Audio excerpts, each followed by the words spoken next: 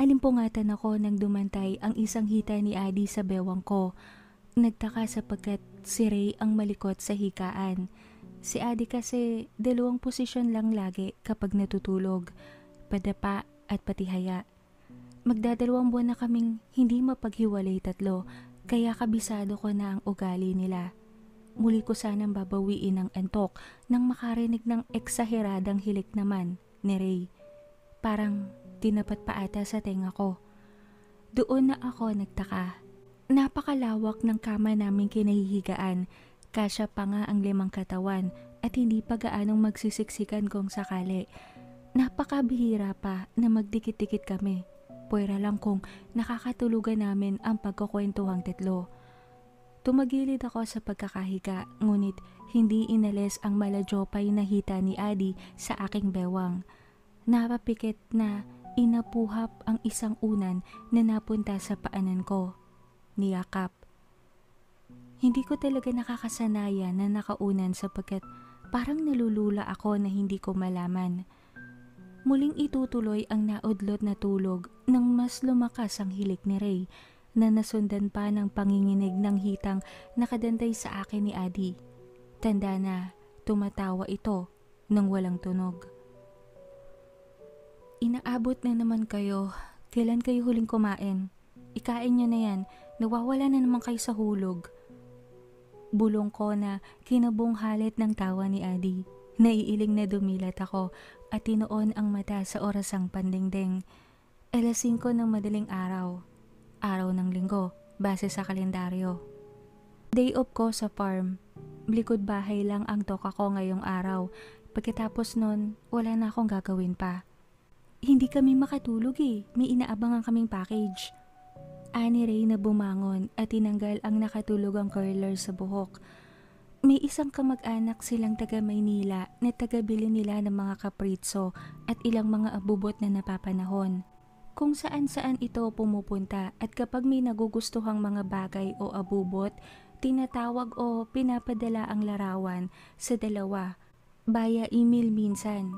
Minsan naman ay on-cam sa Yahoo Messenger, nag-uusap-usap ang tatlo. Ang kamag-anak nilang yon ay matandang dalaga na ngunit may kakikayan pa rin sa katawan, katulad nilang dalawa.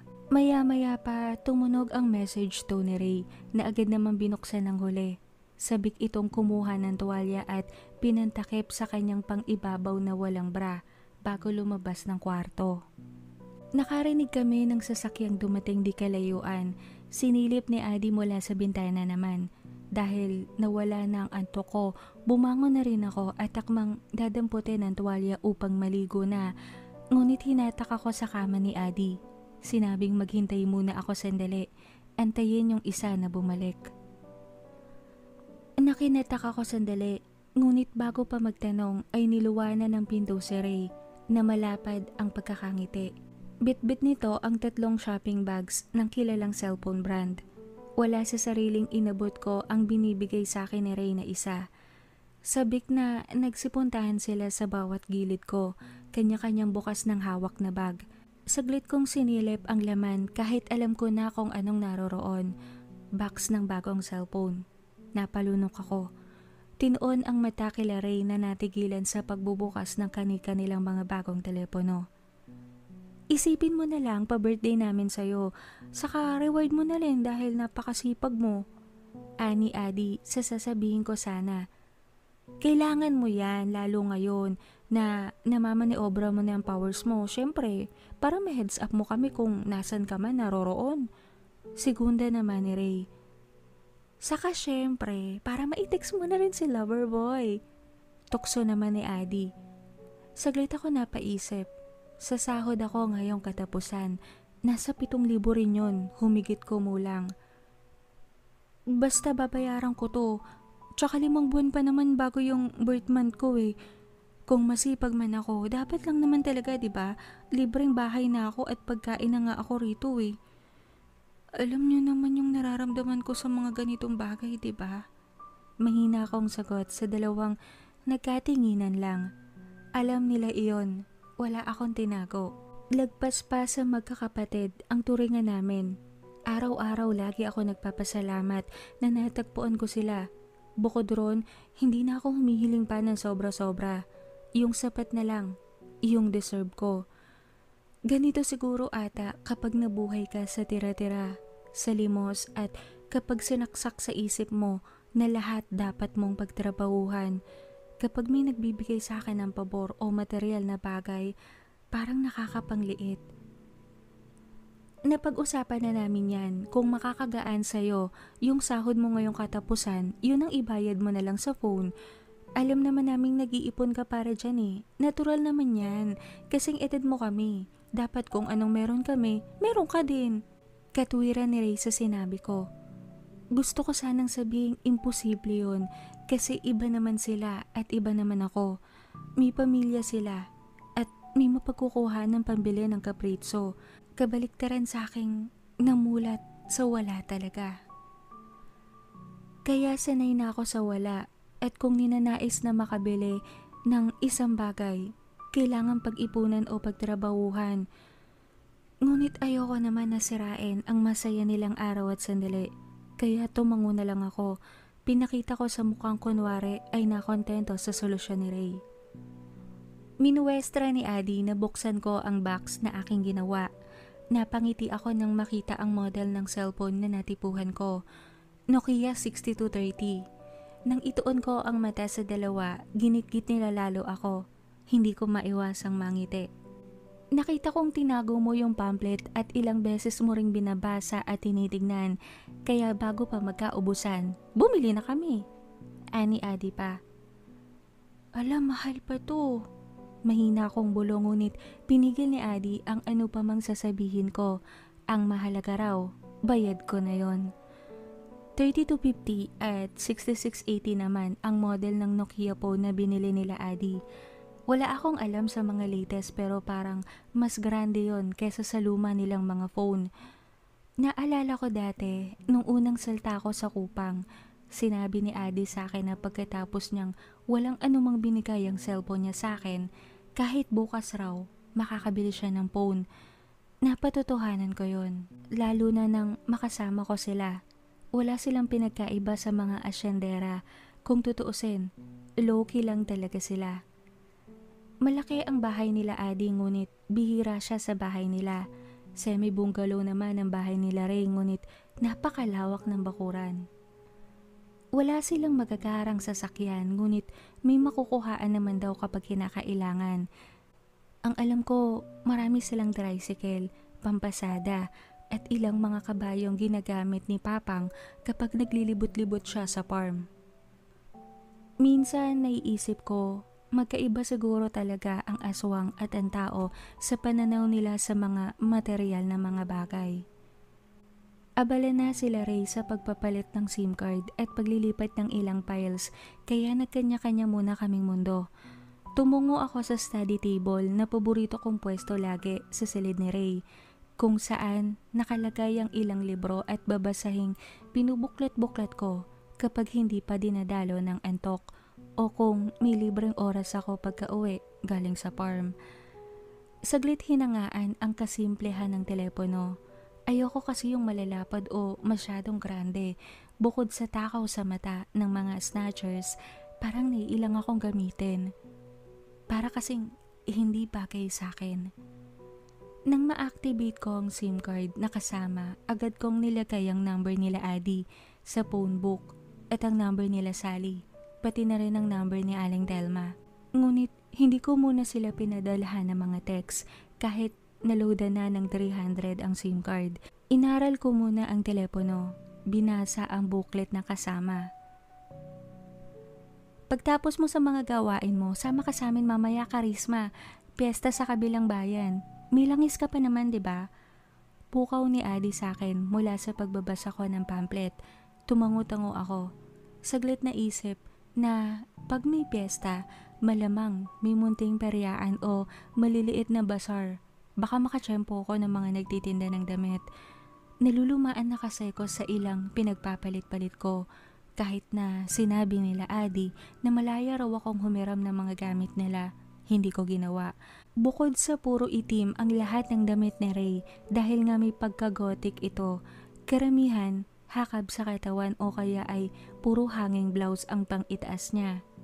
Si Adi naman masyadong makulay o kaya ay mga pastel colors ang mga damit at mini dress at hindi ako nagsusuot ng mga mini dress. Tingin ko sobra-sobra na kung maging sa damit makikihiram pa ako. Ano naman kung magmukha akong mahirap kapag kasama sila, totoo naman. Ang mahalaga lang talaga sa akin malinis, hindi pa gula-gulanet. Okay na ako ron, dun kasi ako sanay at dun ako komportable. Alas 4 ng hapon ang pinili naming oras upang tumungo sa piyestahang sinasabi nila Adi. Bagamat mainit pa rin, hindi na gaanong nakakasunog sa balat. Maraming nagrereklamo sa tag-init ngayon. Pansin ko, laman ng dyaryo ang kabi-kabila ang mga nahi-heat stroke at ilang lugar na nawawala na raw ng tubig. Ramdam ko naman kaso nga lang ay sa compound nila Adi, maraming puno. Kaya kahit maalinsangan ng klima, maya't maya may umiihip na preskong hangin. Iba talaga ang naitutulong ng mga puno. Hinatid kami ni Chong Jun sa arko ng isang barangay, Barangay Hulo, ang nakasulat sa arko. Halos 20 minutos na rin kami nagbabiyahe. Katabi ko sa loob si Ray, na panay paalala sa akin na maya't maya magpahid raw ako ng langis at kung may mag-aalok man sa akin ng pagkain, ikonsulta ko muna sa kanila bago ko tikman. Hindi naman daw sila lalayo sa tabi ko. May ilang malalayong kamag-anak raw sila na pupuntahan sa piyestahan na yon at yun daw ang dadayuhin namin.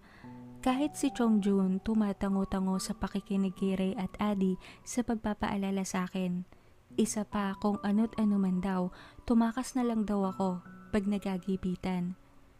Kung tutuusin, parang natural na sa kanila ang panganib. O marahil sa akin lang yon. Kung tutuusin nga, wala naman talagang problema sa kanila. Nasa akin lang talaga ang komplikasyon. Tutungo sila sa isang kamag-anakan na katulad nila, ngunit hindi iyon protektado ni Papang na teritoryo. Kaya marahil maraming katulad nila Mike na kanibal roon. Natatawa pa rin ako sa terminong pauso nila Adi na piniling landas nila Mike. Ang alam ko kasi, kanibal lang ang tawag sa mga taong kumakain ng kapwa-tao. Ibang kaso naman ang mga aswang. Natural sa aswang na kumain ng tao talaga. Pangunahin nilang pagkain yon, bukod sa hayop. Marahil may private joke sila Adi sa terminong iyon. Sa bagay, tao pa rin naman sila Mike kung iisipin talaga.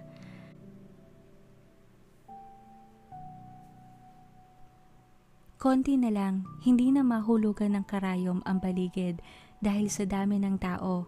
Iba't ibang samyo ng pagkaing nilalako ang naaamoy ko. Nangingibabaw ang popcorn at ilang nilulutong mga hotdogs para sa putlong. Napakaraming bata. Hindi lang ilang mama ang nakikita kong may dalang lobo. Hindi nga ako nagkamali. May maliit na peryaan at basar di kalayuan bago makapasok sa mismong barangay. Nahagip ng mata ko ang pinagkakaguluhan ng ilang bata, mga palabunutan ng sisiw at pato na kinulayan ang mga balahibo. Hindi ko maiwasang makaramdam ng dismaya sa mga mumunting hayop na bagamat iba't iba ang kulay at maganda marahil sa mata ng ibang tao, lalo na sa bata. Sa panig ko, hindi ako naaaliw, kahit noon pa. Kaso, kultura na talaga iyon, lalo at sa mga ganitong kaganapan. May ilang ibon rin akong napansin na nakakulong sa munting hawlang gawa sa sawali. Isang marahas na buntong hininga ang aking pinakawalan. Hindi ko lang talaga maiwasang maawa sa mumunting mga sisiw at pato, lalo na sa mga nakahawlang mga ibon. Paano naman kasi alam ko sa sarili ko na kalahati lang sa kanila o baka nga hindi pa ang mabubuhay sa kamay ng mga batang makakakuha o makakabunot sa kanila. Paglalaroan lang, kaawa-awa. Kinuha ni Adi ang atensyon ko sa pagkalapit. Tinuro ang isang hilerang tiyanggian. Akmang susunod ako nang maglakad sila patungo roon, ngunit naagaw ang aking atensyon ng isang babaeng dumaan sa aking harapan sapagkat bitbit niya ang nakahawlang mga sisiw at pato. Patungo naman ito sa lalaking nagbebenta ng mumunting ibon na hindi ko alam kung anong klase. Ngunit ang mga pakpak ay makukulay rin, parang kasing liit na mga ibong balin sa sayaw. Saglit na kipag-usap ito sa natigilang lalaki na tila ba natulala. Ang mga batang nakapalibot naman sa lalaking nagpapalabunutan ng mga ibon ay tila wala sa sariling nagalisan. Tumungo kung saan-saan. May ilang bumili ng cotton candy, may ilang tumaya sa mga palaro sa Montemperia. Nang ibalik ko ang mata sa lalaking may dala ng mga ibong pinagkakakitaan, nakatitig ito sa babaeng nakadamit ng tila parobang hoodie jacket, kulay berde. Saka ko lang napansin ang dalawang lalaking nagpapalabunutan ng mga sisiw at patong magkakaiba ang kulay. Parang magkakilala sila. At ngayon ay tinitingnan kong naglalakad ng tila wala sa sarili. Dire-diretso lang, nawala sa gitna ng mga taong paroon at parito. Muling ibinalik ko ang mata sa babaeng tila pumakyaw ng mga sisiw at pato. At tila ang gusto namang pakyawin ay ang mamang nagpapalabunutan ng mga maliliit na ibon. Kahit pa side view ko lang namamasdan ng babae, pansin ko na maganda siya. May kaputian ng balat. At tila walang anumang hawak ang naglalakihang hawla sa isang kamay. Nakuryoso, naglakad ako pasulong. Tinawag ako nila Ray, ngunit sumenyas ako ng sandali bago nawala sa kanilang paningin. Hindi ko na inintindi ang mga taong nasa paligid sa ginawang pagtalon. Pinagkibit ko na lang. Wala namang nakakakilala sa akin rito.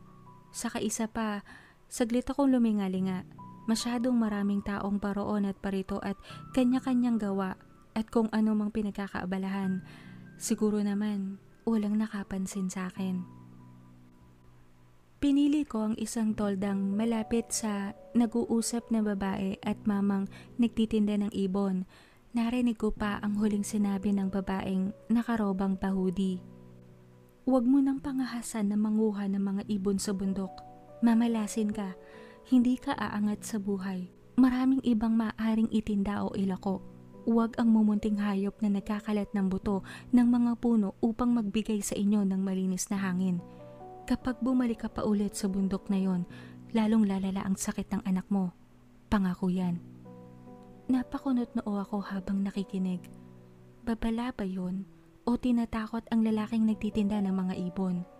Nang hindi sumagot ang lalaki, sinilip ko sila sa toldang kinatataguan ko. Nakita kong tumatango-tango ang lalaki. Tila wala pa rin sa sarili, ngunit may inabot ang babaeng nakarobang pahudi, isang nakarolyong perang papel. Lilibuhin, na inabot naman ng lalaki at tuloy-tuloy na nilagay sa bulsa nito. Pagkuway, tumalikod na ang babae. Bit-bit ang hindi ko mabilang na maliliit na hawla ng mumunting ibon. Tuloy-tuloy sa isang toldang nakasara. Hindi ko alam kung anong pumasok sa aking isip at muli sumunod ako. Lumitaw ako sa likod ng toldang nakasara. Inangat ang isang bahagi ng trapal. Hindi ko maiwasang mapanganga sapagkat nakita ko pang pumasok ang babae sa isang tila lumiliwanag na portal na unti-unti namang nagsasara. Mabilis akong pumasok sa loob ng tolda at pumasok rin sa loob ng portal. Bagamat alam kong may kung ano sa kabila ng portal na pinasok ko, namangha pa rin ako sa tanawing namasdan. Parang napunta ako sa kakaibang mundo, kung saan lahat ng tapunan ko ng tingin sa aking mata ay iba. Hindi ko mabilang ang mga puno sa paligid at ang mga kakatuwang halaman at bulaklak na kasing laki ata ng plangganita, ngunit itsurang rosas naman kung titignan, at ilang mga bungang kahoy na mas malalaki sa nakasanayan ko o mas maliliit sa kilala ko talagang bunga. Ang pagmamasid ko sa paligid ay natigil nang makita ko ang babaeng sinusundan. Kusang nawala ang suot nito sa katawan na parang krobang pahudi. Napalitan ng tila pang amason ng kasuotan, tapos ay umigkas sa kanyang likod ang malalapad na pakpak. Naitutup ko ang isang kamay sa bibig upang mapigilang mapabuga ng marahas sa pagkamanghang aking nakikita. Hindi siya tao, ngunit ano kaya siyang nilalang? Pinanood ko ng pakawalan niya ang mga ibon at ang mga sisiw at patong iba't iba ang kulay. Nakita kong tila inutusan niya ang mga naglalakad ng mumunting nilalang na tumungo sa isang mababaw na sapa, kung saan nagsilanguyan ng mga iyon. Tila ba kusang humulas ang mga kulay nilang pinahid sa kanilang mga balahibo. Kala mo ba ay mga paslet na naglaro na sa tubig? Ang mga ibon naman na pinakawala ng babaeng may pakpak ay nasa himpapawid na at malayang lumilipad. Sabay pa kaming napabuntong hininga na kinalaki naman ng aking mga mata sapagkat tila ako ay kanyang narinig. Luminga siya. Nakita ko pa ang kulay asul niyang mga balintataw bago ako nagmamadaling tumalon pabalik. Nasagi ko pa si Ray nang sumulpot ako sa kanilang tabi. Napanganga si Adi ngunit halata sa kanilang dalawa ang kapanatagan nang muli akong masilayan. "Saan ka ba galing?" Ani Adi na lumingon-lingon, tila nanigurado na walang nakapansin sa bigla kong pagsulpot sa kanilang harapan. Dahil maraming tao sa paligid, kanya-kanyang ang ganap, alam ko sa sariling safe naman ako sa ginawa. Saglit kong naisip kung tama bang sa lugar na ito sabihin ang kagilagilalas na tanawin at taong sinundan ko. Alam kong maraming tanong si Adi pag nagkataon. Baka ma-spoil pa ang piyestahang dadayuhin namin kung humiling sila na isama ko sila sa lugar. Kaya nagpasya akong sa bahay na lang sabihin. Sa halip, nagdahilan ako na may sinundan lang na akala ko ay kakilala ko, ngunit hindi naman pala. Naawa ng Diyos ay pinaniwalaan naman agad nila Adi. Tinuon ko ang mga mata sa ilang nakahanger na t-shirt at blouse na pasok sa aking panlasa. Pumili ako ng ilan at bumili. Nagsukat rin ako ng pantalon at ilang tokong, pantrabaho, 2 pares ng tsinelas para magkaiba ang gamit ko sa farm at sa bahay nila Adi, maging sa pag-alis-alis. Napatingin ako sa ilang hilera ng mumurahing rubber shoes at sneakers, ngunit kahit noon pa, hindi ako bumibili ng sapatos na alam kong madaling masira. Ang nag-iisa kong pares ng sapatos na Converse, subok na ng panahon, matibay. At hindi basta-basta humihiwalay ang swelas tulad ng mga nauna kong bili nung hindi pa ako kumikita ng pera. Mas invested ako pag sapatos ang pag-uusapan. Saglit kong kinalkula sa isip ang natitirang pera ko. Sa susunod na buwan, muli akong sasahod sa farm. Kailangan ko nang magbukas ng sariling account para may naiipon rin ako kahit paano. Nakangiting inabot ko sa tindera ang 1,000 perang papel. Inabot rin ng 700 ang mga nabili kong gamit. Sana makauwi kami na maaga para malaban ko kaagad ang mga pinamili. Kahit may iba pa akong naiisip, hindi pa rin mabura-bura ang mahiwagang nangyari sa akin kanina. Kung anong tawag sa lugar ba na iyon? Kung anong klaseng nilalang kaya ang babaeng may asul na mata? Hindi yun anghel, sigurado ako. Ngunit ano bang alam ko? Mahilig akong magbasa at napaka-natural na sa akin na makatagpo sa isang libro ng mundo, mga buhay, mga nilalang, nalikha ng malikot na imahinasyon ng mga magagaling na manunulat. Ngunit kapag totohanan mo na palang nararanasan, iba sa pakiramdam. Ang totoo, parang hati pa rin ang aking pananaw.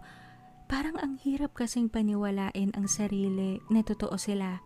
Ang kababalaghan, ang hiwaga, ang pantasya. Ngunit bakit nga kaya hindi nila piniling lumantad sa karamihan? Isang isipin na naman na napatungan ng napakaraming tanong at kasagutan. Heads up! Poging Cannibal at 3 o'clock. Mahinang bulong ni Adi na kinalinga ni Ray sa direksyon tinutukoy nito. Hindi ako lumingon. Nagkunwaring nagbibilang ng sukle at sinisipat ang mga pinamili. May code name kasi sila Adi. At pag pogi, matik na si Mike yun. Mula sa patong-patong na isipin, sumingit si Brian na ilang oras ko ring nakalimutan mula nang sinundan ko ang babaeng may pakpak. Isang araw at isang gabi na rin ang lumipas mula nang mangyari ang harutan namin sa aklatan at ang aksidente kong pagdala sa kanya kay Adi. Mula noon, lalo siyang naging laman ng aking isip. Ang hirap kayang kalimutan ng labi niyang nagbigay sa akin ng kakaibang halik. Para sa akin, iyon ang first kiss ko. Gusto kong magpalipas muna ng ilang araw bago bumalik sa aklatan para naman kahit paano mamiss niya ang samyo ko. Mahirap na yung laging nagkikita. Baka masanay siya sa akin at maging ordinaryo na lang ako sa kanyang ilong. Hindi ko pa alam kung sanahan tong ang harutan namin, ngunit wala naman sigurong masamang umasa kung susugal ako, hindi ba? At least, sarili ko lang ang sisisihin ko bandang huli. Hindi na kayo mapaghiwalay tatlo, no? Paano kung madudukot si Charisma niyan? Bantay sarado kayo. Paunang bati ni Mike na kinatawa ni Ray bago tumalikod at lumapit sa ilang nagbebenta ng GOT team na accessories. Afternoon din sa'yo, Pogi. Gusto ko ang suot mong jeans. Hulmang-hulma ang puwet mo. Enjoy na naman akong panoorin ka maglakad palayo. Waring naboboring na papuri ni Adi sa napatda sandali na si Mike. Tila ba may kung anong nag-level up sa binitiwan na kataga ni Adi na kinalito sandali ng maangas na lalaki. Seryoso? Anito bago sinipat sandali ang asul na pantalon. Humagikik si Adi na kinabalik ni Mike sa tila pagkalito bago humalokip-kip. Pinagsalubong ang mga kilay. Sa ginagawa niyong yan, parang pinaparada niyo si Strawberry sa mga katulad natin. Gusto niyo ba siyang pag-awayan ngayong gabi? Kaibigan ba talaga kayo? Paglalagay niya ng mali siya sa bawat kataga. Ngunit mas malalim ang pananaw ko kay Mike. Kahit kung titignan nga sa simpleng pananaw niya na may point ito. Alam nila Adi na kaya kong tumakas ng walang kaabog-abog sa panganib. Para saan pa ang self-preservation ko sa katawan? Sus, ikaw ngang Pogi, nitakasan ni Charisma. Partida, isang tropahan pa kayo. Ano ba naman yung iba pa na darating?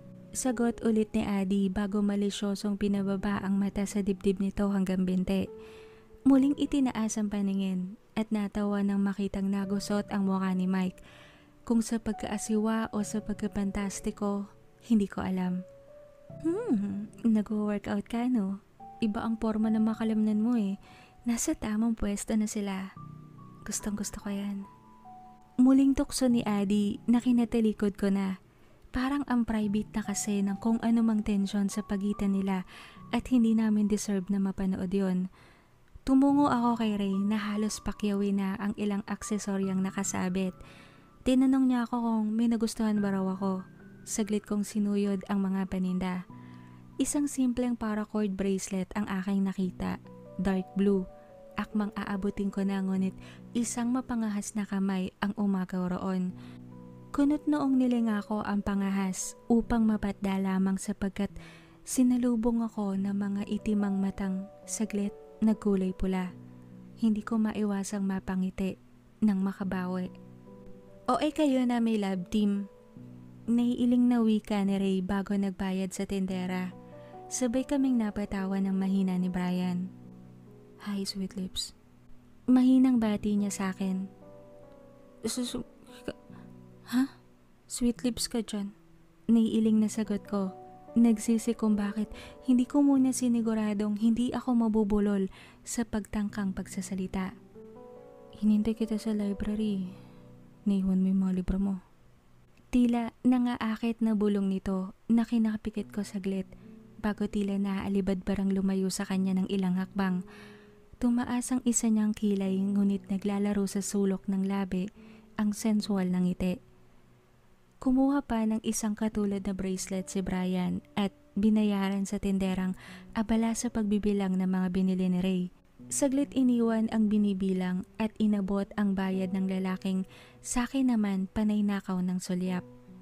Nang masuklian at makuha ang nabili, lumapit sa akin si Brian. Kinabit sa kanang pulsuhan ko ang aksesorya. Saglit minasdan bago, kinabit naman sa sarili ang nabili niya. O di kayo na rin may couple bracelet. Ani Ray ulit na naiiling na naglalabas ng pera sapagkat may binili pa pala siya bukod sa binayaran kanina. Napatitig ako sa bracelet na suot. Gusto kong matuwa ngunit hindi ko mahamig ang tunay na kasiyahan. Lalo nang makita kong napatingin sa akin di kalayuan si Mike, nakangisi Umiling-iling bago tumalikod kay Adi, na pinagmasdan naman ni Adi habang naglalakad palayo. Tila ba lumukob sa akin ng isang emosyon, pamamanglaw. Hindi couple bracelet ito sa paningin ni Mike at marahil sa paningin din ni Brian. Parang sa aking sariling interpretasyon ay pagmamarka na tila ba pinapakita sa pinsan niyang off limits ako dahil ako'y sa kanya na, hindi sa romantikong mga rason. Ano bang inaasahan ko? Maliwanag na sinabi ni Brian ang kanyang intensyon sa akin unang araw pa lang. Kung babalikan, walang mixed signals. Natural lang na lambingin niya at tikman ang pagkaing kusang lumalapit sa kanya, hindi ba? Walang ibig sabihin ng mga halik. Isa lamang iyon sa paraan niya upang tudyuin ang sarili sa samyong napakabango para sa kanyang ilong. Hindi ko maiwasang mailing. Mukhang mabibigo ata ako sa una kong pag-ibig. Bakit? Hindi mo nagustuhan? Tanong ni Brian sa akin na kinatingala ko sa kanya saglit. Ngumiti ako at muling ginampanan ang personalidad na ipinamala sa kanya nung pangatlong beses naming nagtagpo. Hindi naman. Ang totoo na gustuhan ko. Simpleng paraan ng pagmamarka para ihayag sa naglalaway sa akin ngayon na markado mo na ako, hindi ba? Mahina akong tugon na kinakunot ng noon ni Brian. Kung ano mang dahilan ng saglit niyang pagtiimbagang, mabilis niyang binawi iyon. Pinasilay sa labi ang nakakapanghinang mga ngiti. Mahirap na, di ba? Maganda na yung sigurado ako. Sagot naman niya na kinatango-tango ko. Muli sana siyang may sasabihin, ngunit tila nag-init ang aking mga mata. Walang sabi-sabing tumalikod ako at tinungo sila Adi di kalayuan na naghihintay na lang pala sa akin. Saglit kong nabasa ang simpatya sa kanilang mga muka. Nag-umpisa akong maglakad na sinabayan naman nila. Saan nga tayo pupunta ulit? Yung bahay na dadayuhin natin? Tara na dun? Iyaya ko na simpleng pinales ang namuong luha sa sulok ng bawat mata. Isang klasikong tugtugin ang umagaw sa aking pansin. Nanggagaling iyon sa malaki at granding bahay ng Kastila na aming tinungo. Bukas ang malawak na bakuran, doon nakahain ng mahabang lamesang punong-puno ng iba't ibang putahe. At napakarami ring tao sa paligid, maging sa taas ng bahay. Imbes na tumuloy kami sa kinalalagyan ng mga pagkain, hinatak mo na ako nila Adi sa itaas upang ipakilala sa mga kamag-anak nilang siyang dinayo namin. Sanay na ako ngunit hindi pa rin napaghandaan ang reaksyon ng ilang taong sa pintuan pa lang napatingin nang umihip ang malaking electric pan sa aming direksyon. Nakita ko silang napalunok. Hinamig ang sarili bago napapabuntong hiningang sinalubong kami. Akala ko'y hindi na kayo darating. Ikaw si Charisma, tama? Salubong sa akin ng isang may edad na babae, ngunit mas bata ng ilang taon marahil kay Chang Digna. Simple lang ang kasuotan nila, ngunit halata sa kutis at tindig na may sinasabi, Esmarte. May ilang pang bumati sa amin na kalalakihan at mga ilang kasing edad ni tatay na hindi ko na natandaan ang pangalan sapagkat natuon ang atensyon ko sa babaeng tinawag ako sa pangalan. Nang natira na lang ang babae ay humalik sila Adi sa pisngi nito na sinunod ko rin. Namula ang bawat niyang pisngi nang ilayo ko na ang sarili. Huwag kang mailang sa akin at sa mga kamag-anak namin dito. Hawak namin ang aming katinuan. Kumain na kayo sa baba. Mahina nitong bulong na kinatango ko. Siya si Tia Leonora, kapatid ni Papang. Ani Adi naman, nalalo kong kinangiti na maluwag. May aura talaga sila Adi na parang mga prominenteng tao ngunit piniling hindi magpakamadingal. Tumango lamang ang ilang kalalakihan na umiinom ng alak. May ilang kumakain rin. Sinabi ni Tia Leonora na kumuha na kami ng pagkain sa baba nang may isang babaeng simple siyang kinalabit at may tinuro kung saan. Sa baba, may ilan pang bumati sa amin. Pinakilala kong mga kamag-anak rin nila Adi. Pansin ko kung hindi napapabuntong hininga ng mahina at tila apologetic akong pinagmamasdan. May ilan na pumipikit saglit at tila kinocompose ang sarili bago muling magsasalita. May ilan naman na parang nangangalso ang mga panga. Ngunit matino ang isip na umiwas upang hindi kami tuluyang makasalubong. Sorry ka sa kung hindi ka komportable. Kailangan ka talaga naming ibandera upang masanay ang lahat ng mga kaanib namin sa'yo. Immune na yung mga ka-compound natin sa samyu mo eh. May ilan dito na nakakadalaw sa atin. Palihim kang dinaraanan upang masubukan nila ang kanilang pasensya. At masasabi naming mas mataas na ang kumpiyansa namin sa sarili mula nang dumating ka. Mahabang paliwanag ni Adi na hindi ko tinugunan. Hindi ka namin dadalhin dito kung alam naming mapapahama ka. Segunda naman ni Ray. Sinabi kong walang kaso yun. Sa ganung bagay man lang ako makabawi sa kabutihang ginawa nila at sa ginagawa nila sa akin ngayon. Kapansin-pansin ang ilang plato ng kalamansing hiwa at may 3 jug ng calamansi juice sa hapag. Hindi ko alam kung para saan yun, kaya nagtanong ako. Pangontra daw sa katulad nila. Napanganga ako. Kung pangontra, bakit nasa hapag nyo? Hindi maiwasang tanong ko. Para maging panatag ang mga dayo na wala kaming hangad na masama sa kanila. Sagot naman ni Ray, na kinagulo lalo ng aking isip. Pinaliwanag nila ang gamit ng kalamansi, ang mga diskarte ng ilang aswang sa pangyayanggaw. Nakarinig na ako ng ganon, ngunit ngayon ko lang talaga napatotohanan. Sabi ni Ray, pag ang isang tulad nila hindi kailanman nakatikim ng tao, hindi na gaanong delikado ang kalamansi sa kanilang balat. Kaya napatango ako nang hawakan ni Adi ang isang kalamansing nahiwa na, ngunit agad rin naman niyang binitawan. Pinahid sa isang tissue ang 2 daliring na basa ng katas ng kalamansi. Sabi niya, asido daw kasi ang dating nun sa mga aswang. Mas epektibong pangontra sa tulad nila Mike na kanibal. Malakas ang loob naming hawakan yan kasi alam namin na hindi gaanong epektibo sa amin. Oo, napapaso pa rin kami, pero hindi na ganun yung level. Pero sila Mike, ang mga katulad ni Mike, hindi sila susugal upang hawakan man lang ang kahit dahon ng kalamansi. Paliwanag pa sa akin ni Ray. Uminom ako ng kalamansi juice, matamis at napakaasim, kaya sinugundahan ko ng tubig bago nagsandok ng ilang putahing naibigan ko. Ang konti naman ng kinuha mo. Sita ni Adi sa plato kong may kukonting serving ng bawat ulam at ilang kutsarang kanin. Babalik na lang ako kapag kulang. Sayang naman kasi pag hindi ko nagustuhan tapos matitira sa plato. Sagot ko sa dalawa. Ang totoo, hindi ako sanay na pinupuno ang plato ng pagkain. Parang nababastusan kasi ako at nahihiya sa mga nagluto kapag sinuli kong may tira sa platong hawak ko. O marahil dahil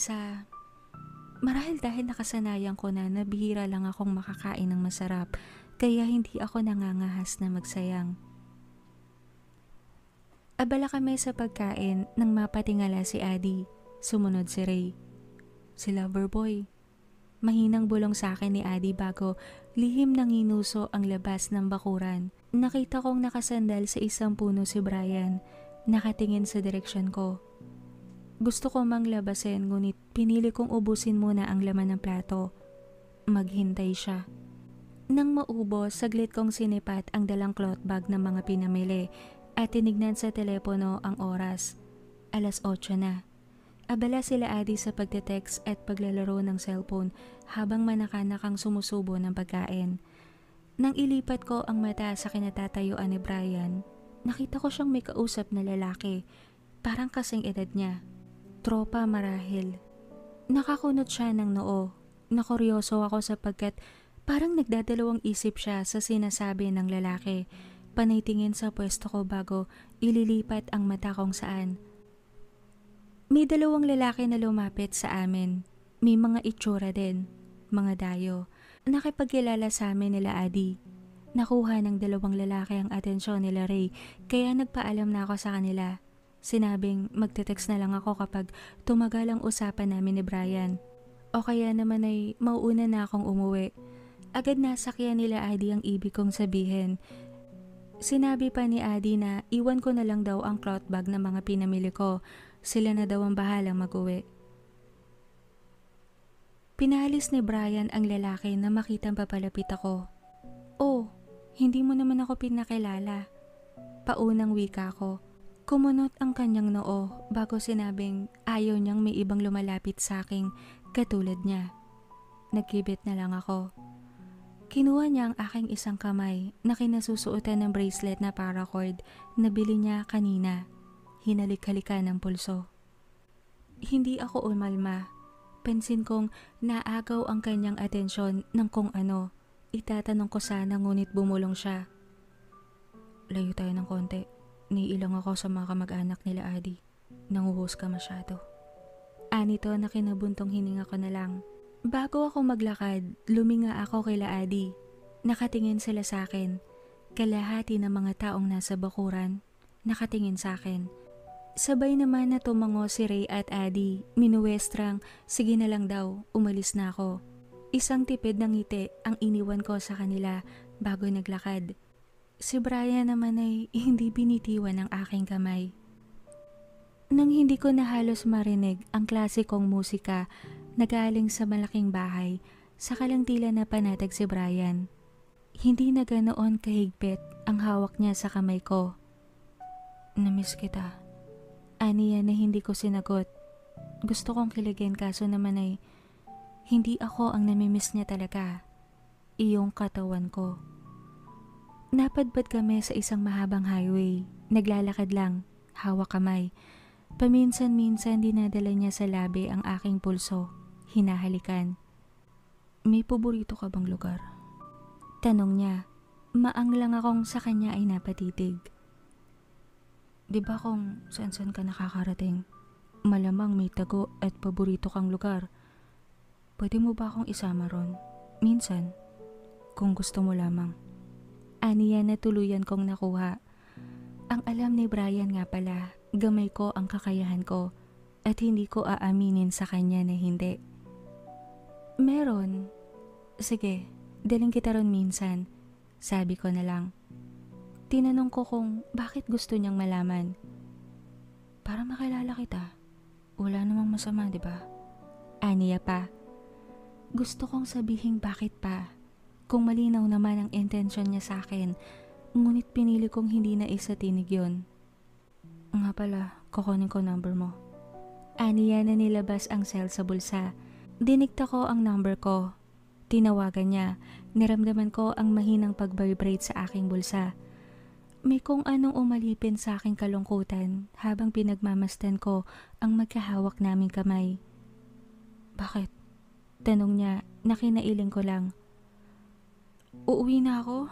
Maaga pa akong gigising bukas eh. May trabaho ako sa farm. Magsasako kami ng mga mangga. Ilalagay rin sa kaing. Dahilan ko bago maingat na hinatak ang aking kamay. Parang wala ka sa wisyong makita ako ah. May toyo ka ba? Nakataas ang kilay na tanong niya. Nagkibit ako, ngunit hindi ako sumagot. Saan kita ihahatid? Mahinang tanong niya sa akin. Sinabi kong dito na lang. Tatalo na ako mula rito pa uwi. Tumango siya. Binigyan niya ako ng tipid na halik sa pisngi bago lumayo ng 2 hakbang. Tumalon ako. Sa silid nila Adi ako tumungo. Nangihinang napaupo sa silya habang pinagmamasdan ng suot na bracelet. Ang tanda ng pagmamarka niya. Napabuntong hininga ako. Nanghihinayang sa ginawa. Bumalik kaya ako. Nadidismayang napasabunot ako sa buhok. Tinutuyo na ba ako? May tuyo na ba ako? Ngayon lang ata ito nangyari sa akin. Kausap ko naman sa sarili. Ilang segundo pa na napagtanto kong gusto kong bumalik. Kaya muli akong tumayo at nagpa siyang tumalon. Nakita ko pa si Brian na nakatalikod sa akin. Akmang tatawagin ko nang tumunog ang cellphone niya. Naulingan kong kausap niya si Mike. Nakuryoso, hindi ko tinuloy ang pagtawag. Lihim siyang sinundan nang mag-umpisa siyang tumakbo. Isang kasukalan ang tinugpa ni Brian, tapos ay lumagpas sa isang sapa. Panay ang talon ko upang makasunod sa maliligsin niyang mga paa. Isang tila cottage ang nasumpungan ko sa gitna ng kasukalan. May nakaparadang L300 sa gilid. Nakita ko si Mike na nakatalikod. Nagtago ako sa isang punong malapit. Di ba sabi ko naman sa inyo, huwag niyo na dito dalhin yung mga yan. Humanap kayo ng sarili niyong hideout. Mahina, ngunit madiin na wika ni Brian sa naigtad na si Mike. Humarap ito kay Brian at hindi ko maiwasang mapanganga nang makitang duguan ito, pati mga kamay. Ngunit hindi dahil sa sugat o anuman. Hindi niya dugo. Hindi sumagot si Mike, tumawa lang at niyaya si Brian na kumain na. Nagmura naman si Brian. Huwag daw siyang asarin ngayon.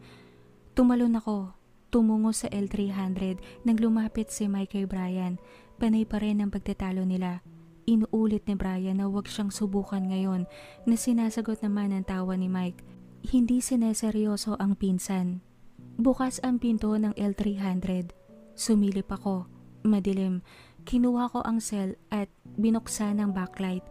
Hindi kaanong maliwanag ngunit kitang-kita ko ang tatlong katawan ng mga babaeng wala ng buhay. Ilang singasing ang aking narinig. Napalingon ako. Hindi ko maiwasang mapahiyaw nang makita ang tatlong malalaking nilalang na kulay itim. Tila mga asong may katawan ng tao. Naglalaway ang mga bunganga. Bumigat ang mga balikat ko. Nang bawiin ko ang mga mata sa tatlong sumisingasing na aswang, nagtama ang mata namin ni Brian.